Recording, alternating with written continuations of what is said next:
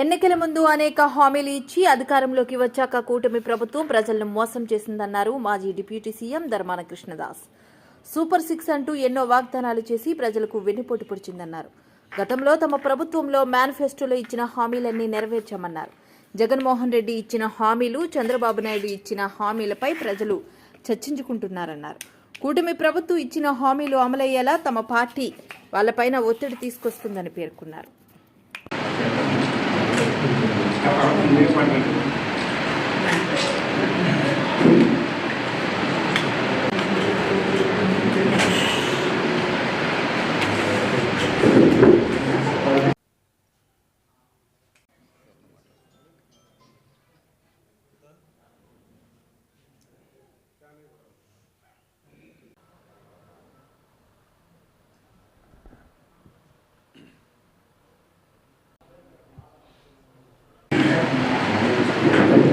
సరే ఓకే.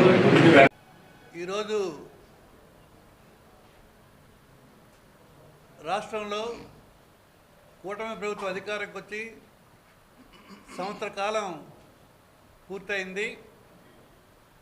ఎన్నికల ముందు ఇచ్చినటువంటి ఏ వాగ్దానం కూడా ఆచరణ చేయకుండా ఆనాడు సాక్షాత్తు మామని వెండిపోటు ప్రారంభించి అక్కడి నుంచి ప్రజలందరినీ అనేక వాగ్దానాలు సూపర్ 6 అని చెప్పి ప్రజలకు మోసం చేసి వెన్నుపోటు పడుతున్నటువంటి వైనం, ప్రజలకు కూడా వెన్నుపోటు పడుతున్నటువంటి వైనం మనం ఇవాళ రాష్ట్రంలో చూస్తున్నాం.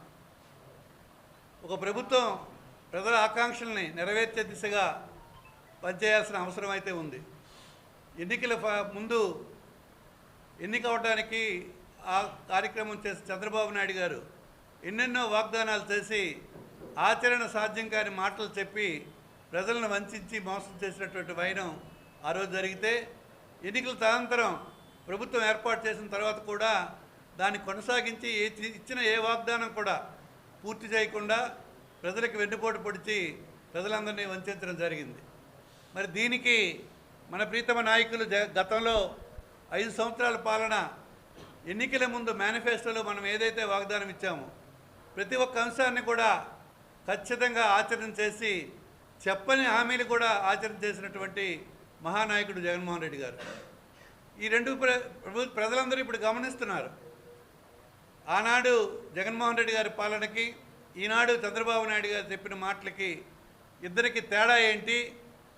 ఆయన చెప్పిన ప్రతి ఒక్కటే ఆచరణ చేస్తే ఈయన ప్రజలందరికీ వంచి మోసం చేసి వెన్నుపోటు పొడిచినటువంటి వైనం ఇవాళ ప్రజలు చూసినటువంటి సందర్భం ఏర్పడింది. కనుక ప్రజల్ని మరొకసారి సమాయత్తం చేసి ప్రజలకు వివరాలు, చెప్పిన వాగ్దానాలన్నీ అమలు చేయాలని ఏవైతే ఆ రోజు ఎన్నికల ముందు వాళ్ళు చెప్పారో కూటమి ప్రభుత్వం, చంద్రబాబు నాయుడు గారు, పవన్ కళ్యాణ్ గారు, అవన్నీ కూడా ఇప్పుడు అమలు చేయమని చెప్పి ప్రజల తరఫున మనం ఉద్యమం చేసి మరి ప్రజలకి చేసిన వెన్నుపోటుని తిప్పికొట్టే విధంగా ఇప్పటికైనా ఆచరణ చేసే విధంగా మనమందరం సమాయత్తం కావాలని జిల్లా వైఎస్ఆర్ పార్టీ శ్రేణులందరికీ మరి తెలియజేయడం జరుగుతోంది.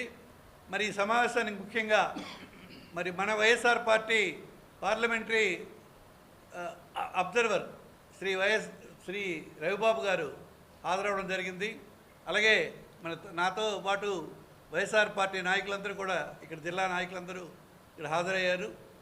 మరి అన్ని విషయాలు వివరంగా రవిబాబు గారు దీని గురించి చెప్పాలని ఇక్కడ కరెంట్ వస్తాను.